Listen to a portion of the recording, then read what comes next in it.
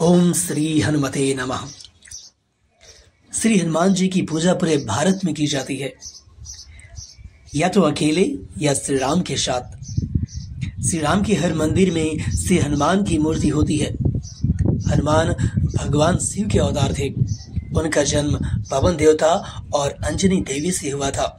उन्हें पवन सुत, मरुत्सुत, महावीर, बजरंगबली और पवन कुमार के नाम से भी पुकारा जाता है। हनुमान राम की शक्ति के जीवंत अवतार थे। वे एक आदर्श निस्वार्थ कार्यकर्ता थे, एक सच्चे कर्म योगी थे जो बिना किसी इच्छा के काम करते थे। वे एक महान भक्त और एक असाधारण ब्रह्मचारी थे। उन्होंने बिना किसी फल की अपेक्षा के शुद्ध प्रेम और भक्ति के साथ श्री राम की सेवा की। वे केवल श्री राम की सेवा करने के लिए ही जीते थे। वे विनम्र, बहादुर और बुद्धिमान थे। उनमें सभी दिव्य गुण थे। उन्होंने वह किया जो दूसरे नहीं कर सकते थे। केवल राम नाम बोलकर समुद्र पार करना, राक्षस राज की लंका नगरी को जलाना और लक्ष्मण के जीवन को बहाल करने के लिए संजीवनी बूटी लाना। वे रावण के मारने के बाद श्री राम और लक्ष्मण को पाताल लोक से वापस लाए। हनुमान में भक्ति, ज्ञान, निस्वार्थ सेवा की भावना, ब्रह्मचर्य की शक्ति और निष्कामता थी। उन्होंने कभी अपनी वीरता और बुद्धिमत्ता का घमंड नहीं किया। उन्होंने रावण से कहा, मैं श्री राम का एक विनम्र दूत हूँ। मैं श्री राम की सेवा करने, उनका कार्य करने के लिए यहाँ आया हूँ। श्री राम की आज्ञा से मैं यहाँ आया हूँ। श्री राम की कृपा से मैं निडर हूँ। मैं मृत्यु से नहीं डरता। यदि वह श्री राम की सेवा करते हुए आती है तो मैं उसका स्वागत करता हूँ। देखिए हनुमान कितने विनम्र थे।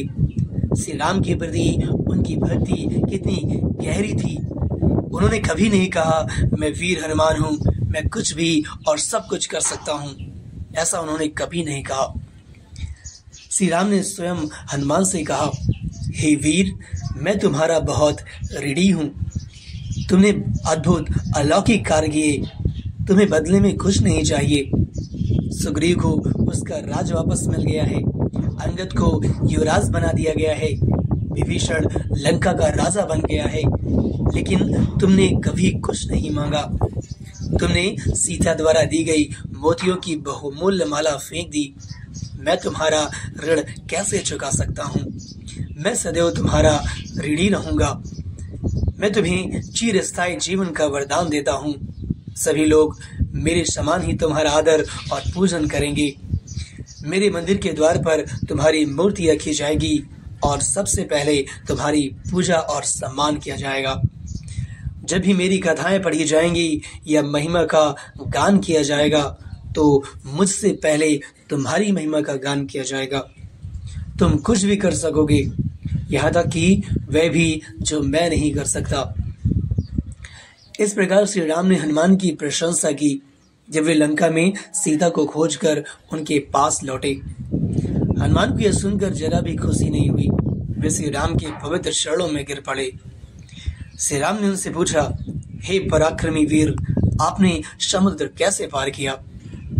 हनुमान ने विनम्रता पूर्वक उत्तर दिया, आपके नाम की शक्ति और महिमा से मेरे प्रभु। फिर श्री राम ने पूछा, तुमने लंका कैसे जलाई?